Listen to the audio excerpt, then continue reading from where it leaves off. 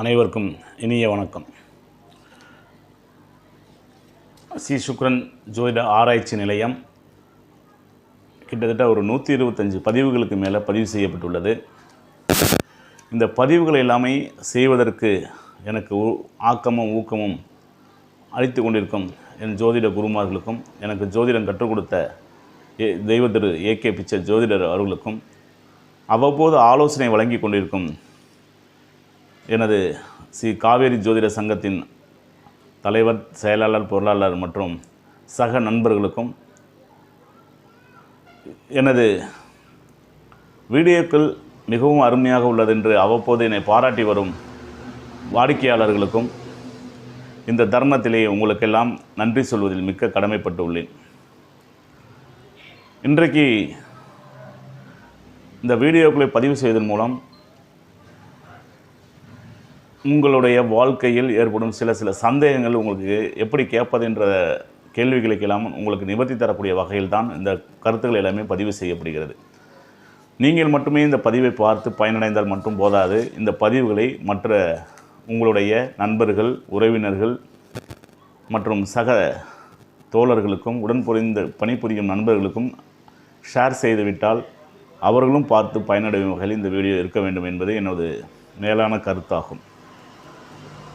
அந்த வகையில் இன்றைக்கு நம்ம என்ன பார்க்க போகிறோம் அப்படின்னா, நல்ல நாள் எப்படி தீர்மானிக்கப்படுகிறது. ஒருவர் நட்சத்திரம், நாள், திதி, லக்னம், நல்ல திதி, கர்ணம், யோகத்தில் தான் கண்டிப்பாக பிறப்பாங்க. அந்த வகையில் இன்றைக்கி ஒருத்தர் பிறக்கக்கூடிய நாள் அப்படின்னு பார்க்கும்போது வாரத்தில் 7 நாட்கள் உள்ள நாளும் கோளும் பார்த்து நடந்தால் நன்மையே நடக்கும் என்பது ஜோதிட விதி. அந்த வகையில் ஒரு காரியத்தை செய்யும்போது நம்ம எப்படி நல்ல நாள் பார்க்குறோம்? வெள்ளிக்கிழமை செய்யலாமா, வியாழக்கிழமை செய்யலாமா, புதன்கிழமை செய்யலாமா, ஞாயிற்றுக்கிழமை செய்யலாமா, செவ்வாய்க்கிழமை, சனிக்கிழமை செய்ய மாட்டோம். அந்த மாதிரி இந்த 7 நாட்களுமே குறிப்பிட்ட கால நேரம் பார்த்திங்கன்னா ராகு காலம், யமகண்டம், குளிகை, இது எல்லாமே வந்துகிட்டு இருக்கோம். அதுலேயும் பார்த்திங்கன்னா நல்ல நேரம் இருக்கும். எல்லா நாட்களும் சுப நாட்களே அப்படின்னு சொல்வதற்கு ஏற்ப நாளும் நேரமும் நாடி நடக்க காணா வானில் மேல் விழும் துளி போல் வாழ்வு சாகும் தான் கொண்ட காலம் என்பது தந்திரமடி ஞானம் யாவையும் நடிக்கின்ற நடராஜனே அப்படின்னு சொல்லியிருப்பார்னா, இந்த யார் சொல்லியிருப்பார் அப்படின்னா புலிப்பானை சித்தர் சொல்லியிருப்பார். காலம் கடவுளின் உருவமடி கண்ட நாலு நேரமும் நாடி நடந்தால் நல்லதே. சூரியன் வரும் காலை செயற்கை மாறுமடி சந்திரன் வரும் நாள் சிந்தனைகள் பிறக்குமடி வியாழன் வரும் நாள் விந்தைகள் பிறக்குமடி சுக்கிரன் வரும் நாள் உங்களுக்கு சுகபோகங்களை கொடுக்கும்படி சனி நாள் என்று சில துன்பங்களை கொடுக்கும்படி அப்படின்னு சொல்லி பல நாட்களை பற்றி சில நூல்களில் கொடுக்கப்பட்டுள்ளது. இந்த நாட்களில் தான் ஒவ்வொரு நாட்களும் பிறந்தவர்களுக்கோட குணாதிசயங்கள் எப்படி இருக்கும் அப்படிங்கிற மாதிரி தான் இன்றைக்கி பார்க்க போகிறோம். அந்த வகையில் பார்க்கும்போது ஞாயிற்றுக்கிழமையில் பிறந்தவர்களோட குணாதிசயங்கள்லாம் எப்படி இருக்கும். ஞாயிறு என்பது சூரியனுக்கு உந்த நாள் ஞாயிற்றுக்கிழமை. அப்போ ஞாயிற்றுக்கிழமை பிறந்தவர்கள் பார்த்திங்கன்னா நாடாளும் யோகம் பெற்றவர்களே அப்படின்னு சொல்லக்கூடிய அமைப்பு உண்டு. எதையிலும் சிறந்து விளங்க வேண்டும் என்று எண்ணமுடையவர்கள், செல்வமும் வசதி வாய்ப்பும் உண்டு. வாழ்க்கையில் ஒரு நாளாவது இவர்கள் முதலாளியாகக்கூடிய தன்மை உண்டு அப்படின்னு சொல்லக்கூடிய அமைப்பு கண்டிப்பாக உண்டு. எந்த வேலை செஞ்சாலும் சரி, கூலி வேலைக்கு போனாலும் சரி, ஒரு அரசு உத்தியோகத்தில் வேலை இருந்தாலும் சரி, தனியார் துறையில் இருந்தாலும் சரி, அந்த இடத்துல இவங்க ஞாயிற்றுக்கிழமை பிறந்தவர்கள் நான் தான் நம்பர் 1 ஆக திகழ வேண்டும் என்றும் எண்ண உடையவர்கள்.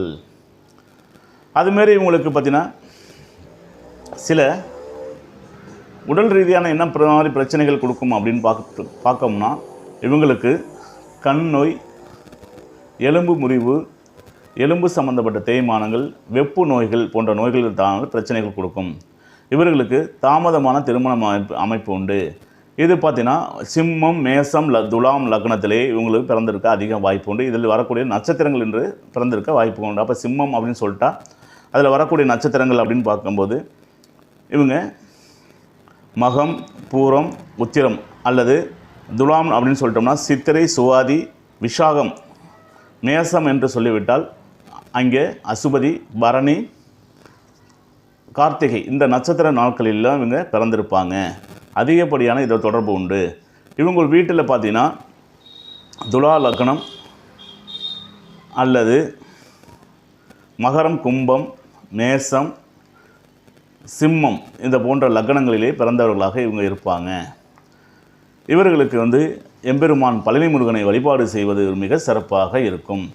அதேமாதிரி ஞாயிற்றுக்கிழமை பிறந்தவர்கள் 1ஆம் தேதி, 10ஆம் தேதி, 19ஆம் தேதி, 28ஆம் தேதி எல்லாமே இவங்களுக்கு சுபத்தன்மையான நாட்களாகவே இருக்கும்.